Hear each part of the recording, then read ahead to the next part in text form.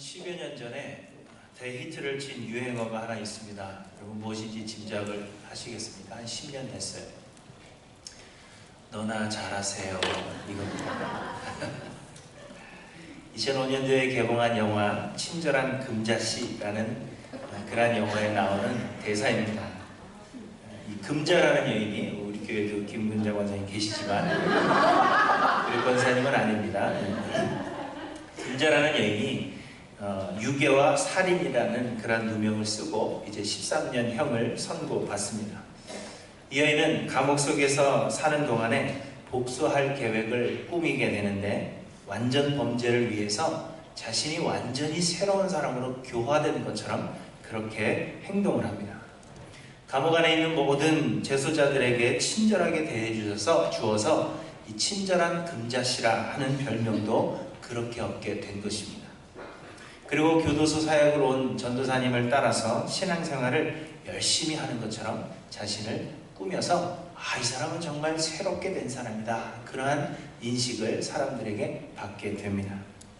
드디어 13년이 흘러서 이 여인이 출소를 하게 되는데 그동안 교도소 사역을 통해서 복음을 전하던 이 전도사님과 또 그 교인들이 이제 접시에 두부를 담아서 이 여인에게 가져오게 됩니다. 그리고는 앞으로는 죄 짓지 말고 선하게 살라는 의미입니다 하면서 이 두부를 건넸더니 이 여인이 두부를 탁 쳐서 바닥에 떨어뜨립니다. 그리고는 놀라하는 그 전도사님을 향해서 너나 잘하세요 이렇게 이야기했다는 그러한 영화입니다. 제가 연기를 잘 못해서 좀 이상한 표정을 지으시는데 우리는 영화의 한 장면일 뿐이라 이렇게 생각하고 넘길 수도 있지만 사실은 기독교인들에 대한 세상의 목소리다. 우리는 그렇게 받아들여야 할 것입니다. 우리는 세상에 복음을 전한다고 하며 윤리와 도덕을 세상에 가르치려 하고 세상의 여러 일들에 대해서 비판적인 그런 태도를 보이고 있지만 사실상 세상은 우리를 향해서 당신들이나 좀 잘해라 그렇게 이야기하고 있다 하는 것입니다. 일례로 우리는 동성애는 죄라 그렇게 목소리를 높이며 때로는 규탄하는 집회에도 참여하고 하지만 목회자들을 비롯한 성도들의 성범죄에 대하여서는 우리가 지나치게 관대하고 진실한 회개가 없는 것이 세상에 아무런 영향력을 끼치지 못하는 그런 요인이 되었습니다. 그들이 우리에게 말하는 것처럼 우리 믿는 사람들이 정말로 정결한 삶을 살아가고 있다면 주 안에서 한 몸을 이루는 이 결혼과 또 행복한 가정이라는 것이 무엇인가 그 본을 우리들에게 보여줄 수 있다면 그들이 이야기하는 것처럼 우리가 먼저 잘하는 그러한 삶을 살아가고 있다면 우리는 동성애는 죄다 목소리를 높여 말하는 것보다도 더 영향력 있는 메시지를 전달할 수 있을 것입니다. 그러나 하나님의 말씀이 먼저 내 삶을 돌아보는 그러한 거울이 되지 않고 내 삶에 적용되어지지 않기 때문에 세상이 오히려 우리를 향해서 너나 잘하세요 하는 그러한 냉소적인 태도를 보이는 것입니다. 우리는 하나님의 말씀으로 깨달음을 얻게 되면 자동적으로 그 말씀이 적용되어야 할 누군가를 생각하는 그런 경향이 있습니다. 아무개가 이 말씀을 들었어야 되는데 오늘 말씀은 딱 누구를 향한 말씀이네 이렇게 생각하는 것입니다. 아마 지금도 여러분의 머릿속에 내 자신이 아닌 누군가가 떠오르고 있을지도 모르겠습니다. 우리는 깨달은 것을 가지고 다른 사람을 비판하거나 가르치는 그러한 도구로 사용하고 있지만 정작 자신을 돌아보아서 내 삶의 변화를 추구하는 그러한 도구로는 사용하고 있지 않다 하는 것입니다. 그러나 우리가 하나님의 말씀을 통하여 다른 사람들에게 적용하려고 하기보다 우리 믿는 사람들이 모두가 먼저 자신의 삶을 돌아보고 자신에게 이 말씀을 적용하려고 한다면 더 많은 영혼들이 그리스도께로 돌아오며 하나님의 나라가 이 땅에 더욱 확장되어져 가게 될 것입니다. 그래서 오늘 본문에서 예수님은 우리에게 비판하지 말라 그렇게 말씀하고 계시는 것입니다. 예수님은 산상수훈을 통해서 서기관들과 바리새인들을 본받지 말고 우리의 의가 서기관들과 바리새인들보다 더 나아야 한다 하는 것을 말씀하셨습니다. 그리고는 이 서기관들과 바리새인들의 그 가르침과 그 삶의 모습과는 달리 어떻게 믿는 것이 하나님이 기뻐하시는 믿음인가 하는 것에 대해서도 우리에게 말씀하셨습니다.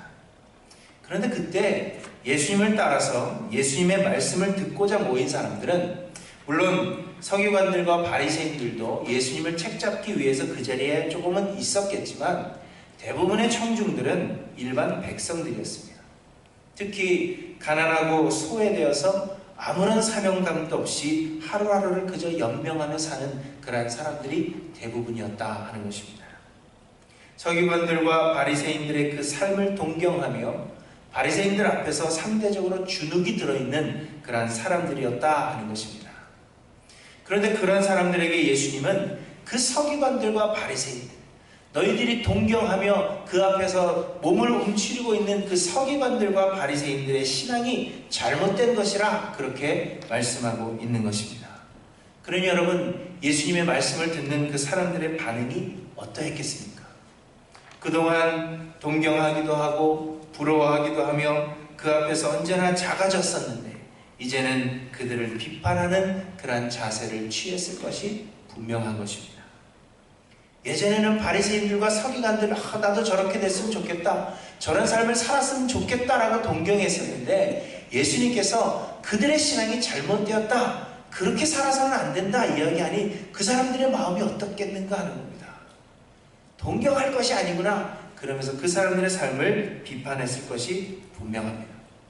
그래서 예수님은 산상수훈을 마무리하시면서 서기관들과 바리새인들이 비판을 받아서 마땅한 자들임에도 불구하고 그들을 비판하지 말라 그렇게 말씀하고 계시는 것입니다. 서로를 향한 비판은 아무것도 이룰 수가 없습니다. 비판이 상대방을 향하지 않고 바로 내 안을 향할 때, 하나님의 말씀이 비판의 도구가 되지 않고 나를 돌아보는 도구가 될 때에 큰 힘을 발휘하는 그러한 능력이 되는 것입니다. 사랑하는 성도 여러분, 이 사실을 기억하셔서 서로를 비판하기보다 나를 돌아보고 내 삶에 변화를 추구하시는 저와 여러분들이 되시기를 바랍니다. 오늘은 이 본문의 말씀을 통해서 왜 예수님은 우리에게 비판하지 말라 하셨는가 하는 것에 대해서 우리가 몇 가지로 생각해 보고자 합니다. 첫째로 우리가 서로를 비판하지 말아야 하는 이유는 우리는 누군가를 비판할 자격이 되지 못하기 때문입니다. 오늘 본문에서 예수님은 비판을 받지 아니하려거든 비판하지 말라 하시면서 너희가 비판하는 그 비판으로 너희가 비판을 받을 것이요 너희가 헤아리는 그 헤아림으로 너희가 헤아림을 받을 것이니라 이렇게 말씀하십니다. 우리가 누군가를 비판하면 그 사람을 비판한 그 기준이 바로 우리를 심판하는 기준이 될 것이라 하는 것입니다. 그런데 우리의 비판과 헤아림으로 우리를 비판하고 헤아리실 분은 바로 하나님이십니다. 우리 믿는 자들에게 있어서 옳고 그름의 기준은 오직 하나님 한 분이시기 때문입니다. 하나님이 옳다 인정하시면 옳은 것이요 하나님이 그르다 하시면 그른 것입니다. 그래서 하나님이 우리의 유일한 심판자시요 판단의 기준이 되시는 것입니다. 그런데 우리가 하나님의 그 기준을 놓고 누군가를 비판할 수는 있지만 하나님의 그 기준을, 그 동일한 기준을 우리들에게 적용해 볼 때 우리들 역시 그 기준에 미치지 못하기는 마찬가지라 하는 것입니다. 하나님의 말씀을 가지고 우리는 당신은 왜 이렇게 살지 못합니까? 이렇게 비판하지만 사실 그 말씀을 우리에게 비추어 보아도 우리 역시 하나님의 말씀대로 살지 못하기는 마찬가지라 하는 것입니다. 로마서에서 바울은 동일한 논리를 펼칩니다. 로마서 1장에서 바울은 하나님을 알지 못하는 인류의 그 죄에 대해서, 이방인들의 죄에 대해서 말씀해 주십니다. 그리고는 2장에서 그러므로 남을 판단하는 사람아 누구를 막론하고 내가 핑계하지 못할 것은 남을 판단하는 것으로 내가 너를 정죄함이니 판단하는 내가 같은 일을 행함이니라 이렇게 말씀하십니다. 너희는 이게 잘못됐다라고 이야기를 하는데 그것을 우리에게 돌려보아도 적용해보아도 우리들 역시 부족하기는 마찬가지라 하는 것입니다. 이방인들의 죄에 대하여 정죄하고 있는 유대인들에게 이방인들을 판단하는 너희들도 하나님 보시기에 동일한 죄를 짓고 있다, 그렇게 말하고 있는 것입니다. 그리고는 결론적으로 의인은 없나니 하나도 없다, 그렇게 단호하게 말씀하고 있습니다. 여러분, 우리는 모두 다 죄인이며 성화의 과정을 이루어가는 과정에 있습니다. 우리는 모두 하나님께 의롭다고 칭함을 받았지만, 하나님께서 우리를 의로운 사람이라 그렇게 인정해 주셨지만, 그것은 그저 인정을 받은 것 뿐이지 결코 우리가 완전하여진 것이 아닙니다. 그래서 사도 바울은 내가 이미 얻었다 함도 아니요 이루었다 함도 아니라 말씀하시면서 두렵고 떨림으로 우리의 구원을 이루어 가야 한다, 우리에게 말씀하고 있는 것입니다. 우리는 모두 결승선을 향하여 달려가고 있는 사람들이지 결승선을 통과한 사람들이 아닙니다. 토끼와 거북이의 그 이솝 우화가 우리에게 주는 교훈처럼 결승선을 통과하기 전까지는 누가 더 잘하고 있다, 그렇게 말할 수 없다는 것입니다. 우리의 신앙의 경주에서는 중간에 어떤 일이 일어나게 될지 아무도 알 수 없는 것입니다. 오히려 성경은 먼저 된 자로서 나중되고 나중된 자로서 먼저 될 자가 많다, 우리에게 분명하게 말씀하고 있습니다. 여러분, 세상에서의 경주는 실력이 뛰어난 사람이 대부분 앞서가고 또 실력이 뛰어난 사람이 먼저 들어가는 것이 맞습니다. 간혹 마지막에 뒤집어지는, 그래서 역전을 당하는 경우도 있지만 그것은 실력이 비슷하기 때문에 역전을 당하는 것이지, 실력에 분명한 차이가 있다면 실력이 뛰어난 사람이 앞서는 것이 분명합니다. 저와 제 아들이 달리기를 하면 누가 이길까요? 제가 이깁니다. 저는 제 아들에게 져줘본 적이 없어요. 건방져질까 봐. 팔씨름도 제가 항상 이깁니다. 마지막에 역전당하는 일이 없습니다. 왜냐하면 실력의 차이가 분명하게 있기 때문입니다. 그러나 여러분, 하나님 나라에 가는 것은 실력으로 가는 것이 아닙니다.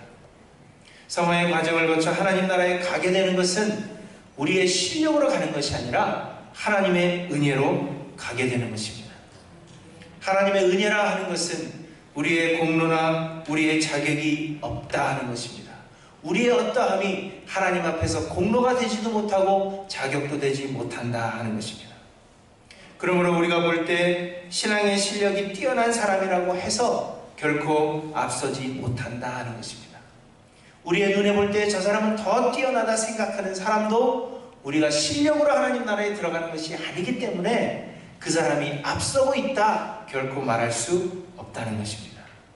하나님께서 언제 누구에게 어떤 은혜를 베푸실지 알지 못하기 때문입니다. 그렇기 때문에 하나님 나라 그 결승선을 통과하기 전까지는 우리는 모두 동일한 상황에 있는 것이요, 그래서 우리는 그 누구를 비판할 자격이 되지 못하는 것입니다. 제가 우리 아들보다 믿음이 더 뛰어나죠. 그렇죠? 그러나 제가 먼저 하나님 나라에 가게 될지 아니면 제 아들이 먼저 하나님 나라에 가게 될지 그것은 아무도 모르는 것입니다. 하나님의 나라의 그 결승전을 통과하기 전까지는 제가 들어갈지 제 아들이 들어갈지 모른다는 것입니다. 그래서 그 신앙에 있어서는 제가 제 아들의 신앙 또한 비판할 수 없는 것입니다. 오늘 본문에서 외식하는 자여, 먼저 내 눈 속에서 들보를 빼어라. 그 후에야 밝히 보고 형제의 눈 속에서 티를 빼리라, 이렇게 말씀하십니다. 우리는 생각하기를 우리의 눈에 있는 들보를 뺀 후에는 형제의 눈 속에 있는 티에 대해서 말해도 되는 것으로 그렇게 생각합니다. 그러나 여러분, 결코 그렇지 않습니다. 성경의 다른 부분들을 종합해보면 우리의 눈에 있는 들보는 우리가 하나님 나라에 가는 그날 하나님의 은혜로 뺄 수 있는 것입니다. 그러므로 이 땅을 사는 동안에는 우리가 그 누구도 비판할 수 없다 하는 것을 우리에게 말씀해 주십니다.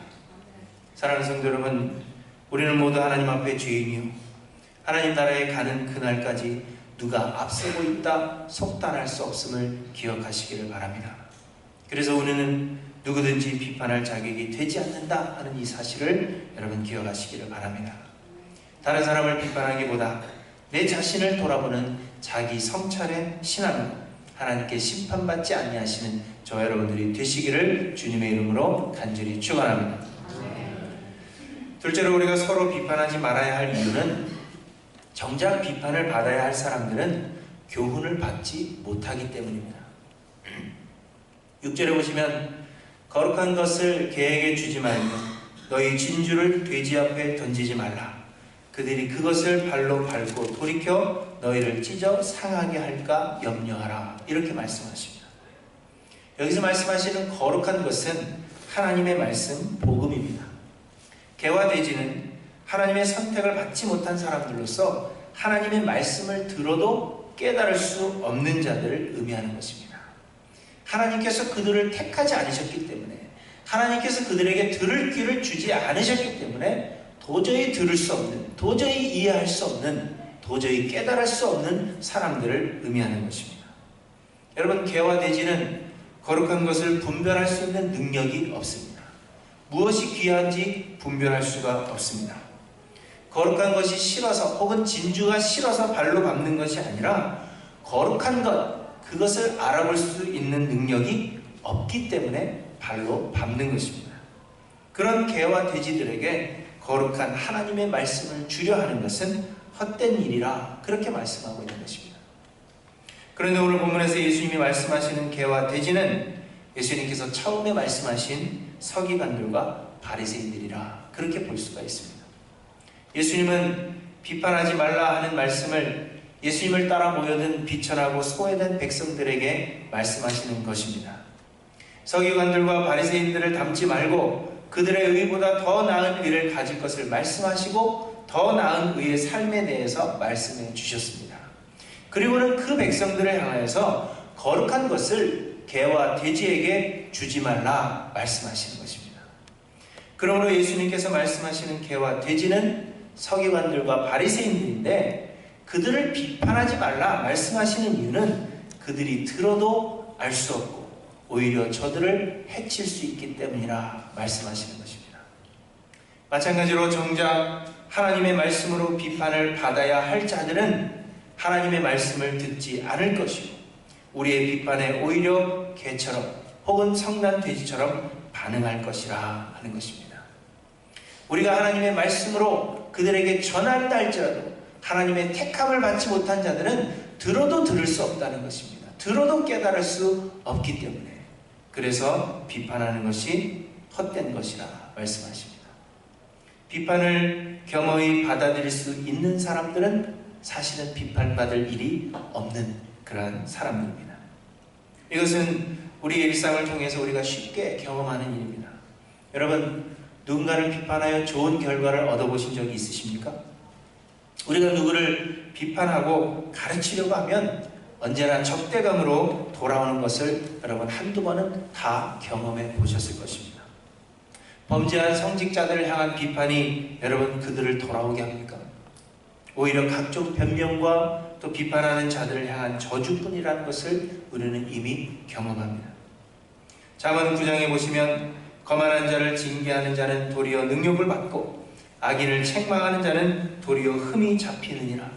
거만한 자를 책망하지 말라. 그가 너를 미워할까 두려우니라. 우리에게 이렇게 말씀하십니다. 여러분, 비판은 아무것도 이룰 수 없습니다. 그래서 예수님은 비판하지 말라 우리에게 말씀하시는 것입니다. 오히려 우리는 자아성찰의 신앙을 가지고 우리 자신을 돌아보아야 합니다. 예수님은 우리에게 말씀하셨습니다. 너희는 세상의 소금이니 소금이 만일 그 맛을 잃으면 무엇으로 짜게 하려? 너희는 세상의 빛이라. 이같이 너희 빛이 사람 앞에 비치게 하여 그들로 너희 착한 행실을 보고 하늘에 계신 너희 아버지께 영광을 돌리게 하라 하십니다. 예수님은 우리가 짠맛을 내기 위해서 힘쓰라 그렇게 하지 아니하시고 우리가 소금이라 하셨습니다. 예수님은 우리에게 빛을 비추기 위해 힘쓰라 그렇게 말씀하시지 않고 우리가 빛이라 그렇게 말씀하셨습니다.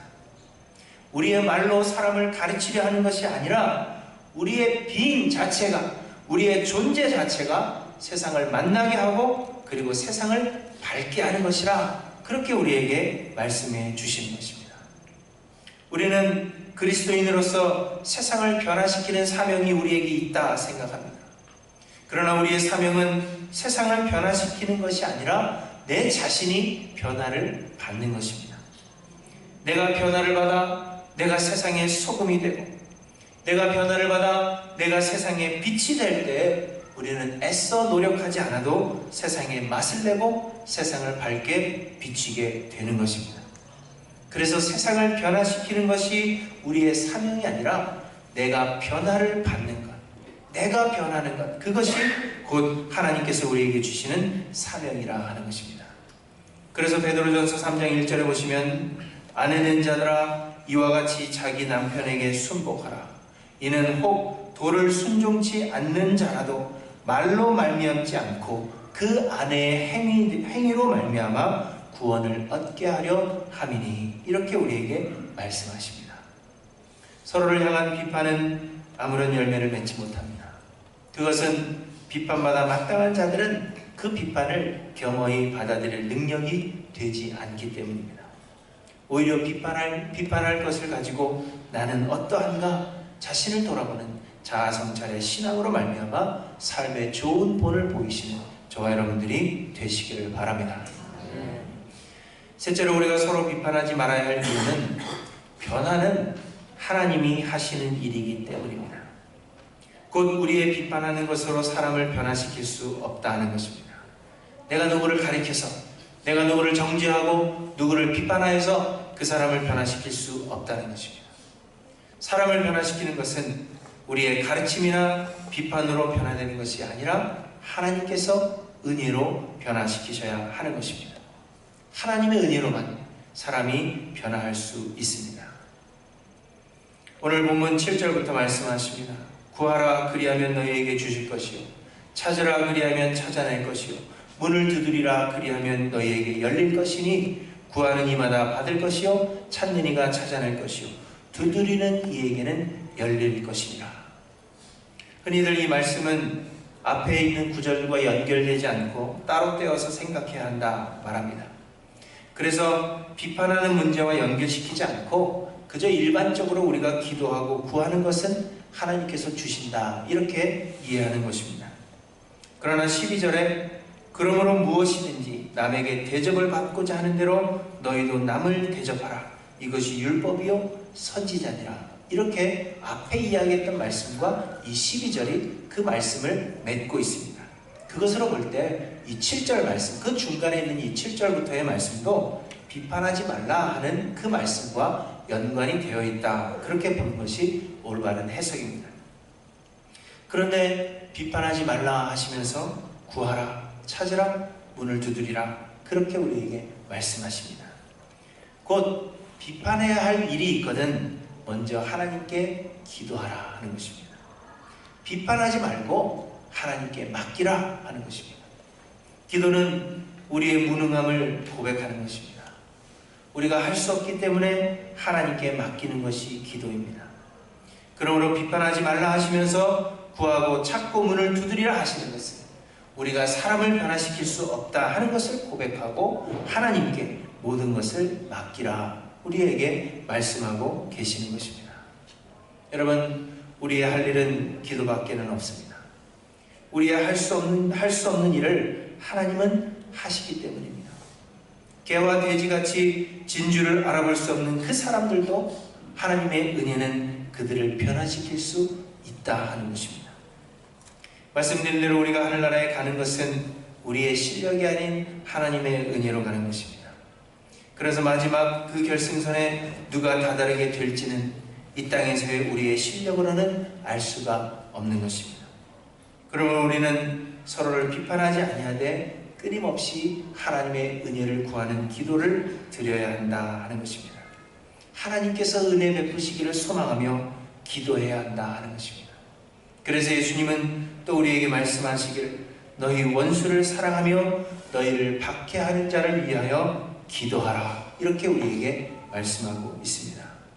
여러분, 내가 비판해야 될 사람, 비판해야 할 일이 있는 사람을 위해서 여러분 얼마나 기도하고 계십니까? 하는 것을 한번 생각해 보시기를 바랍니다. 내가 비판하는 그 횟수만큼 나는 그 사람의 영혼을 위해서 기도하였는가 하는 것을 한번 돌아보시기를 바랍니다. 여러분, 기도가 먼저입니다.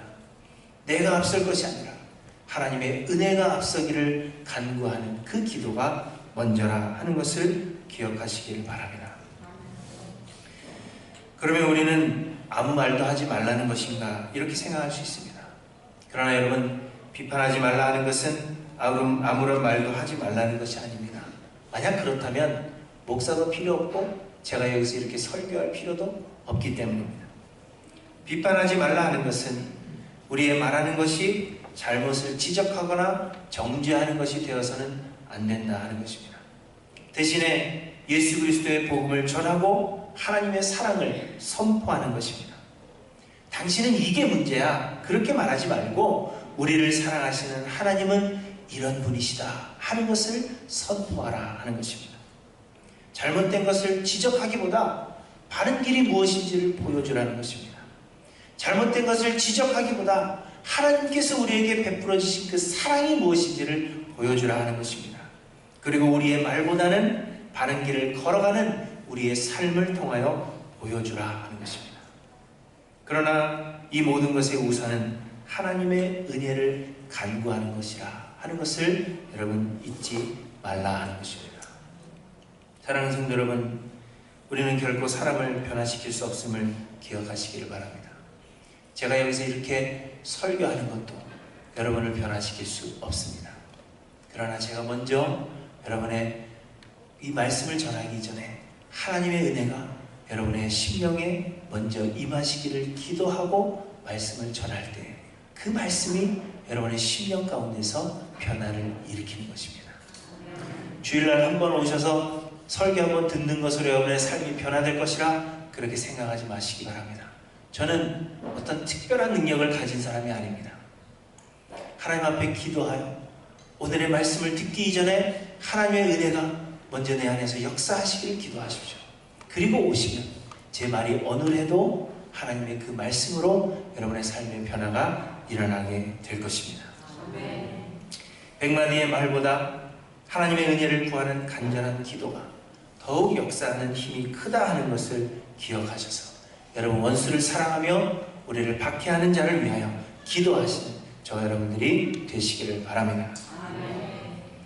우리 모든 성도님들이 서로를 비판하기보다 자신을 먼저 돌아보는 자아성찰의 신앙을 가진다면 하나님의 말씀이 우리에게 깨달음을 주실 때마다 다른 누군가를 생각하기 전에 나의 삶이 어떻게 변화되어야 될 것인가를 돌아본다면 우리의 교회와 우리의 사회는 훨씬 더 아름다운 것이 될 것입니다. 그러나 실상 이것이 쉽지 않습니다. 나는 비판하지 않으려 해도 나를 향해 날아오는 그 비판의 화살들을 그저 막고 있다 하는 것은 여간 어려운 것이 아닙니다. 나는 나를 돌아본다고 해도 자신을 돌아보지 않고 여전히 남을 생각하는 그러한 사람들이 있기 때문에 모든 상황에서 나만을 돌아본다 하는 것은 결코 쉽지 않습니다. 그러나 여러분, 우리는 절대적이 되어야 합니다. 하나님의 말씀은 환경과 상황에 따라서 변화하는 것이 아니며 그래서 언제나 우리에게 절대적인 신앙을 요구하십니다. 왜냐하면 우리를 향하신 그 하나님의 사랑이 절대적인 것이기 때문입니다. 우리가 사랑을 받을 만하기 때문에 우리에게 사랑받을 만한 어떤 조건이 있기 때문에 우리를 사랑해 주시는 것이 아니라 우리가 죄인 되었을 때 절대적으로 우리를 사랑해 주신 것이기 때문에 하나님은 우리의 신앙도 역시 절대적이기를 원하신다 하는 것입니다. 디베라 바닷가에서 제자들에게 나타나셔서 베드로에게 내 양을 먹이라 말씀하시며 베드로가 어떻게 고통을 당할 것인지 어떻게 핍박을 당할 것인지 예수님이 말씀하셨습니다. 그때 베드로는 예수님의 사랑하시는 제자를 가리키며 예수님, 이 사람은 어떻게 되겠습니까? 묻습니다. 그때 예수님은 이야기하십니다. 내가 이 사람을 어떻게 하든지 남겨둔지 아니면 하늘로 데려가든지 내게 무슨 상관이냐? 너는 나를 따르라 말씀하십니다. 사랑하는 성도 여러분, 상대적이 되지 마시고 절대적인 신앙생활을 하시는 저 여러분들이 되시기를 바랍니다. 누가 나에게 이렇게 했기 때문에 그래서 나도 이렇게 할 수밖에 없다 하는 것은 하나님 앞에 핑계가 되지 않는다는 것을 기억하시기를 바랍니다. 상대방이 나를 핍박하여도, 상대방이 나를 비판하여도 그래도 나는 나를 돌아보는 절대적인 그러한 자아성찰의 신앙을 가지시기를 바랍니다. 우리 하일랜드 교회의 성도들만이라도 이 자아성찰의 신앙으로 자신을 돌아보는 그러한 삶을 산다면 우리로 인해서 이 시카고가 아름답게 변화되고 우리로 인해서 이 시카고가 하나님의 영광을 돌리는 곳이 될 것입니다. 여러분, 이 소망을 가지시고 자신을 돌아보시는 하일랜드 교회 모든 성도님들 되시기를 주님의 이름으로 간절히 축원합니다. 기도하십니다.